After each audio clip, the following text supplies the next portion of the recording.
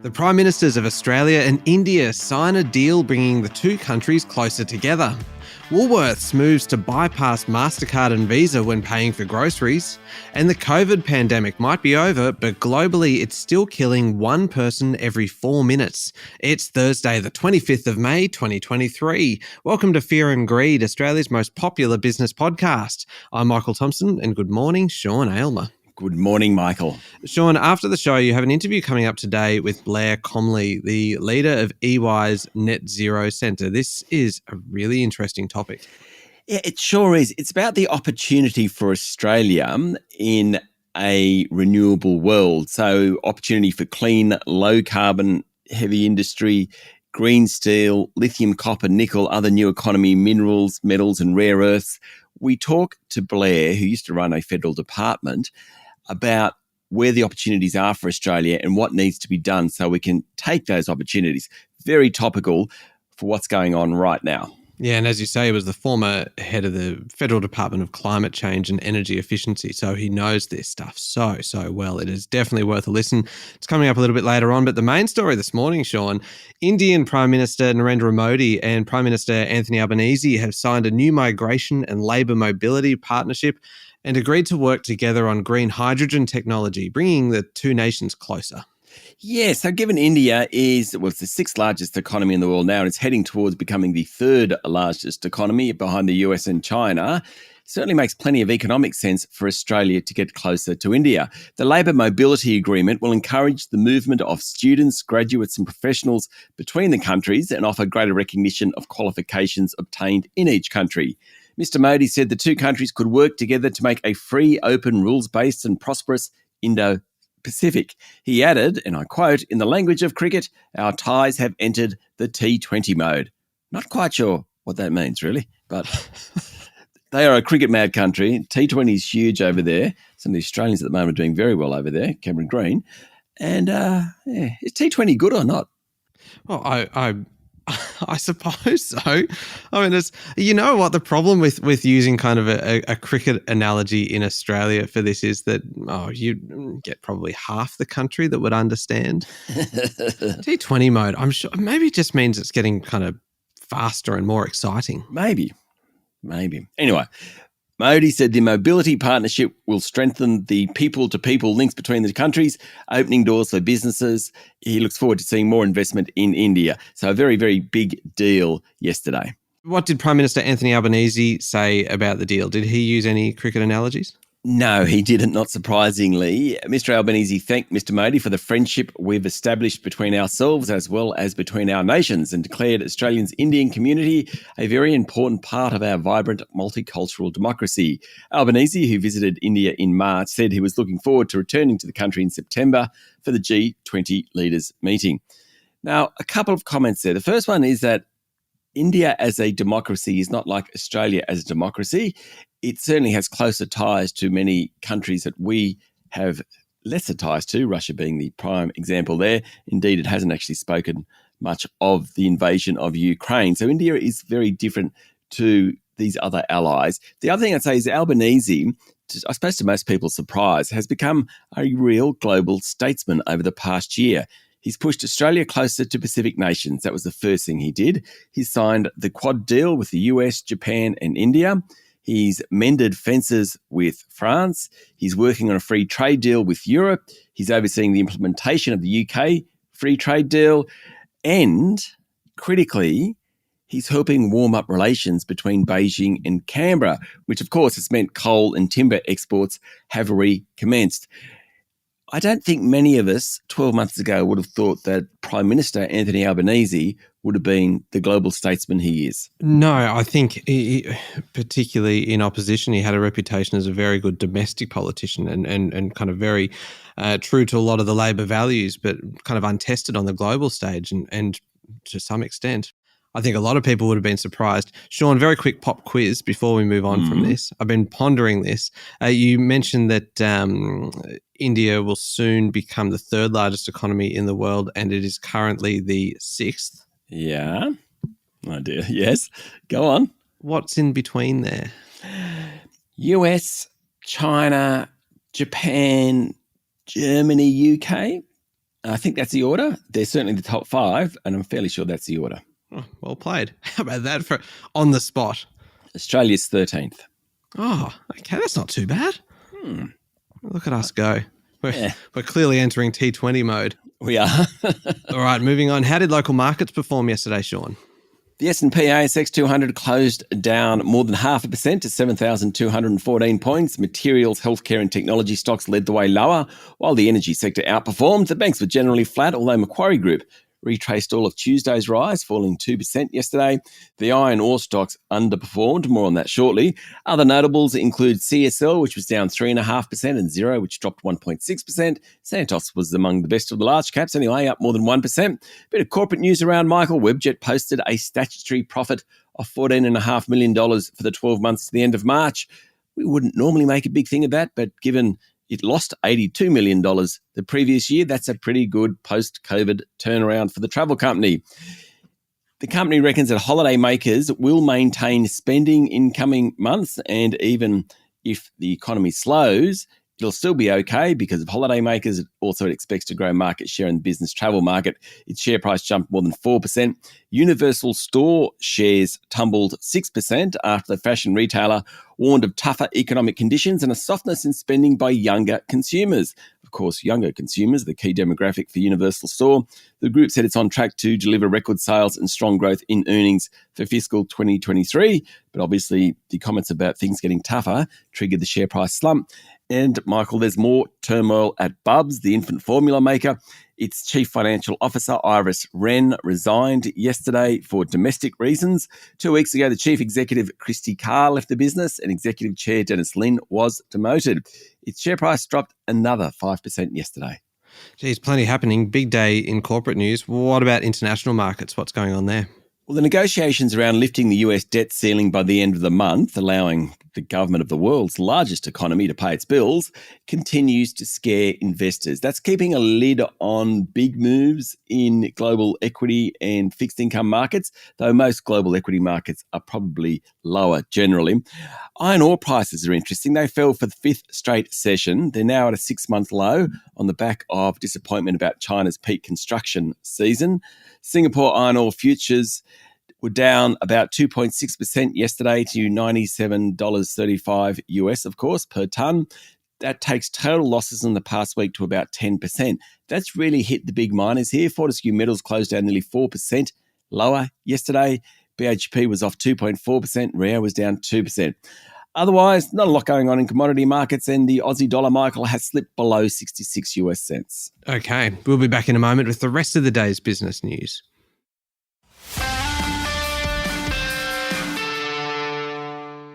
Sean, Woolworths will start moving payments onto Australia's first real-time payment system, which is a cheaper alternative to the card networks controlled by Visa and Mastercard. In payment system land, this is big because Woolworths processes around $60 billion each year in 1.1 billion transactions. It's the largest payments processor outside the big 4 banks. Wow. Under the new system, I knew you'd be excited by this story. Payment system, Michael. Well, no, it's the numbers. That is huge. 1.1 billion transactions a year. Yeah, totally.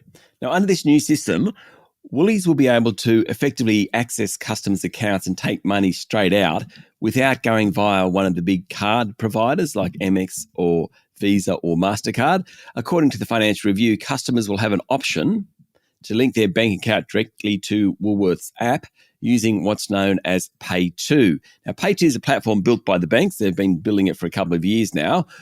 The money goes directly from the account to Woolies without going via the card system. That is cheaper for Woolies. The retailer also gets the cash flow benefit of receiving funds instantly rather than waiting for next day settlement. Other big retailers and billers like utility companies, they're all looking at this Pay2 method of payment, and Woolies has taken the jump. I dare say it's something we're going to see a lot more of in the future. How would Visa and Mastercard react to this? Is this kind of increasing competition now? Yeah, absolutely. Visa and Mastercard, this is a big competitive threat to them. Particularly, we haven't actually got the costings of Pay2 yet, but it looks like it'll be kind of 50 or 60% of the cost of a debit or a credit card with Visa and Mastercard. So it's a really big deal in that world. That is significant. All right. Now, Sean, Australia's largest car dealership, Eagers Automotive, says it will take 2 years to run down its order book, with sales rising on the back of demand for electric vehicles. Yesterday, Eagers said revenue had climbed 9% since January 1, and underlying profit for the 4 months ended April 30 is in line with last year. But boss Keith Thornton said total revenue this year will be about $1 billion higher. Now, part of the reason is the acquisition of dealership groups in the ACT and South Australia. The other part, though, is all about electric cars being popular, particularly the brands BYD and Cupra. Eagers, with 200 outlets nationwide, has the exclusive retail rights to BYD in Australia. Of course, that's a Chinese manufacturer, meaning, what's the acronym stand for, Michael? Build your dreams. Beautiful, beautiful. I listen. Mm-hmm. The problem, mind you, at the moment for these guys, for the car dealers, are port delays. So we've got all these manufacturers boosting output, shipping cars to Australia, but there's just massive port delays. Now, Thornton said there's a generational shift to EVs. He reckons that will accelerate. He said that May and June are pretty important months for the car industry, although there is more uncertainty this year because of those log jams at ports. All right, now, Sean, a bit of bad news for the Alma household. Netflix is about to start cracking down on sharing of passwords in an effort to make more users pay for its video streaming service as growth slows. Oh, what are you talking about? We all live in the same house. That's no problems. I know. Did you like the way I tried to throw you under the bus to save myself? I figure if I sacrifice you, they won't look at me. It's why they call me Michael Trenches Thompson, because you don't want me down there alongside you. You may well be getting an email then, because they're actually starting to send out emails. So basically, an account will be limited to people living in the same household. So if you've got a house like mine, you've got 10 people living there, that's lots of accounts. What are you worried about? Anyway, subscribers to Netflix's standard or premium plans will be able to allow another person living outside their household to use their password, but it will cost $8 a month extra. Netflix in Australia has 9.6 million subscribers, according to an estimate by research firm Kantar. Globally, it's got about 235 million paying subscribers, and it's estimated there's about 100 million people worldwide stealing access via passwords from family and friends. No wonder they're cracking down. Stealing, that's very strong language, Sean. But, if you go into a shop and you shoplift and you don't pay for a good, it's the same thing. That's stealing, isn't it? You know what? I'm feeling judged right now. Excellent. That was your intention. Now, anti-slavery campaign group Walk Free, which is funded by Andrew and Nicola Forrest of Fortescue Metals fame, estimates that $26 billion of yearly imports into Australia may use forced labour. Isn't that shocking? Shocking. It includes products from electronics and solar panels to clothes and seafood. Walk Free boss Grace Forrest, who's the daughter of Andrew and Nicola, says governments and businesses aren't doing enough to prevent the sale of products made using forced labour and wants non-compliant companies to be fined. Australia's 5-year-old Modern Slavery Act prohibits the purchase of goods that are produced using slave labour. That is great in theory. It has made a difference. Very, very difficult to track, though, exactly where products are produced sometimes. Walk Free's 2023 Global Slavery Index estimates that in 2021, 50 million people were living in modern slavery, either in forced labour or forced marriage. And that's an increase of 20% from the 2018 index. And the number includes 41,000 people within Australia, which is a 173% increase over that 3-year period. Yeah, that's very, very confronting. All right, on to international news now, Sean. And Russia's military says it quashed what appeared to be one of the most serious cross-border attacks from Ukraine since the war began, saying its forces killed more than 70 attackers in a battle that lasted about 24 hours. Moscow blamed the raid that began on Monday on Ukrainian military saboteurs. According to Associated Press, Kyiv portrayed it as an uprising against the Kremlin by Russian partisans, though. Definitely a different view from the Ukrainians. The battle took place in southwest Russia, about 80 kilometres north of the city of Kharkiv in eastern Ukraine. The region is a Russian military hub holding fuel and ammunition depots. These cross-border attacks are quite embarrassing for the Kremlin and highlight the struggles it faces in its very much bogged down invasion of Ukraine. It's also the second one in recent times, at least, that appears to have involved an incursion by ground forces into Russian territory. Sean, the New Zealand Central Bank lifted its official cash rate by 25 basis points yesterday to 5.5%. But the surprise to some, at least, was that it didn't actually do more. It seemed a 50-50 bet about how much the Reserve Bank of New Zealand would go. But in the statement that was released after the announcement, it was pretty clear that 50 basis points wasn't really even on the table. In fact, the bank had considered keeping rates on hold. Now, that sent the New Zealand dollar lower. It's a good time for a holiday, Michael. Queenstown, ski season. Oh, I should know as soon as anything relating to currency comes up that you'd be talking about holidays. Please go on. Bond yields were also sharply lower, or New Zealand bond yields, something that we love talking about here on Fear and Greed. Basically, the central bank said there's a consensus that interest rates will need to remain at a restrictive level for the foreseeable future to get consumer price inflation back to its target range. Sounds very much like the Reserve Bank of Australia, Michael. Yeah, it does feel like a fairly consistent kind of theme here. Last one, Sean, pretty serious story to finish on. The global COVID emergency is officially over, but the disease, which is now more than 3 years old, would you believe, still kills one person every 4 minutes. It is an incredible statistic, particularly because there are still so many unanswered questions about how to deal with the virus and how to protect vulnerable people, and particularly how to work with under-vaccinated countries. According to a report on Bloomberg, COVID is still the third main killer in the US, behind heart disease and cancer. But unlike other common causes of death like smoking, traffic accidents, etc., they all led to safety laws, things like that. Politicians aren't pushing for ways to reduce harm. I suppose that's about mandated vaccinations or even masking in closed spaces. In total, COVID has caused at least 20 million deaths globally, and people not getting immunised is a major reason for death. In fact, in the US, they estimate that half the deaths in 2021 could have been prevented if people had been immunised. 1 in 10 infected people get long COVID. That's considered one of the biggest post-pandemic medical challenges. All right. Now, up next is the Fear and Greed Daily interview with Blair Comley, leader of EY's Net Zero Centre. All about how Australia can take advantage of the transitioning economy, transitioning to green energy, and what we need to do. Really interesting chat with Blair. Yeah, it's coming up next in the Fear and Greed playlist on your podcast platform or at fearandgreed.com.au. And Sean, I feel like I need to clarify something just before we wrap up, that I'm not actually one of those people that are stealing Netflix. I was just speaking on behalf of the many people who do. Michael.Thompson@fearandgreed.com.au, Mr. Netflix man, if you're listening. Mr. Netflix man. Thank you, Sean. You have really, really kind of thrown me under the bus now, haven't you? I'm sure you wouldn't do it. I know you wouldn't do it. No, of course not. Thank you, Sean.